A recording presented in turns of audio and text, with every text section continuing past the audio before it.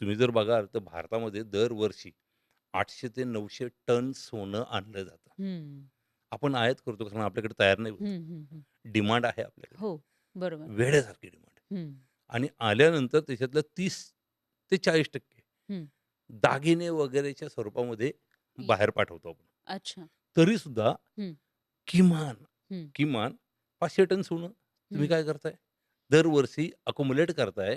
परंतु ह्याच्यासाठी जाणारा पैसा हां. दरवर्षी किमान 3 ते 4 लाख कोटी रुपये ओह! तुम्ही तुमच्या हं, फायनान्शियल लिक्विडिटीमधून हं, हं. उचलून बाहेर फेकताय. हो. आणि कुठं फेकताय? तर तुमच्या तिजोऱ्यांमध्ये फेकताय. हं, आता मी ज्यावेळेस फार्मा मॅडमला सांगतो किंवा तुम्हाला कर्ज पाहिजे तर तुम्हाला 10% ने मिळेल. हं, त्याऐवजी जर मी असं जर केलं, की हा येणारा पैसा, हं, हा येणारा पैसा जर मी रोखू शकलो कुठल्या हं, हं. मार्गाने, हं, हं. तर मग त्यावेळेस काय होईल, हा पैसा इंडस्ट्रीमध्ये राहील. हो. व्याजाचे दर कमी येतील. हं.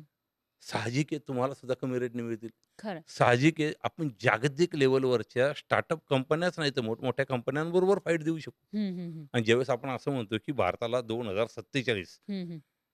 एक विकसित राष्ट्र म्हणून घडवायचंय. आपण हं. त्याच्या आधी करू शकू. परंतु अच्छा. त्याच्यासाठी काय करावं लागेल तुम्हाला? हं, तुमची जी थॉट प्रोसेस आहे गोल्डच्या बाबतीतली ती हं. बदलावी लागेल. ती कशी काय? ती तुम्हाला डिजिटल गोल्ड खरेदी करावं लागेल. अच्छा. एक सिंपल वे सांगतो हां. तुम्हाला. तुम्ही जर बघितलं असेल, की सॉव्हरीन गोल्ड बॉन्ड होतं, चालू होतं, आठवतं तुम्हाला? हो, हो. यामध्ये गव्हर्नमेंटनी हं, सगळ्यात आधी तर सुरुवात केली त्याला विरोध माझा होता. हं. का कारण बरं? तुम्ही व्यापारी नाहीयेत. हं, तुम्ही रेग्युलेटरी बनवा आणि हे प्रॉडक्ट त्याच्याकडे द्या. हं, त्याला करू देत.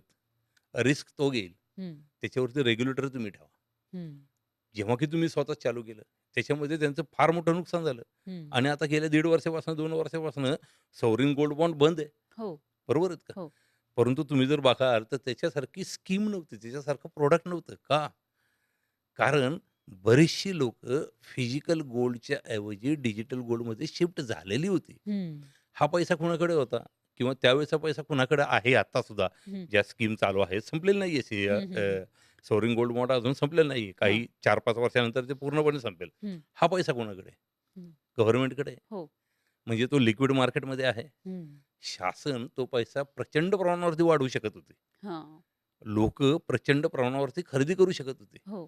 आणि ही लिक्विडिटी शासनाकडे आली असती. हं, इतका मोठा प्रचंड पैसा शासनाकडे आला असता हं. आणि त्याच्या माध्यमातून तुम्ही उद्योजकांना प्रचंड कमी रेटवरती, प्रचंड कमी रेटवरती नोटबंदी झाली, हो, आठवतं? हो. खरं मॅम मला सांगायला आवडेल, की आपल्या महिलांकडचे सगळे पैसे बाहेर आले. हो, हो, हो. खरं आहे. ही गोष्ट परंतु खरी आहे. जर तुम्ही जर बघाल, हां, Google सर्च करा. हां. 14 लाख कोटी रुपये हं, बँकिंग सिस्टममध्ये आले. हं. नोटा हां, भरल्या गेल्या हां. आणि त्या नोटा बदलून बाहेर गेल्या 12.5 लाख कोटी. ते कसे काय? कारण नोटा बदलल्या ना त्या. हां, हां. तुमची 500ची 1000ची नोट हं, स्क्रॅप झाली. हं.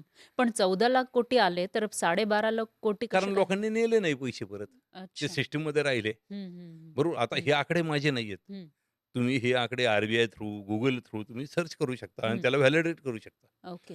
तर झालं काय, हं, नोटबंदीच्या आधी बँकांचे हाउसिंगचे रेट हं. 11% होते. आठवतं तुम्हाला? हो, हो. हो. आता नोटबंदीनंतर हाउसिंगचे रेट काय आले मॅडम?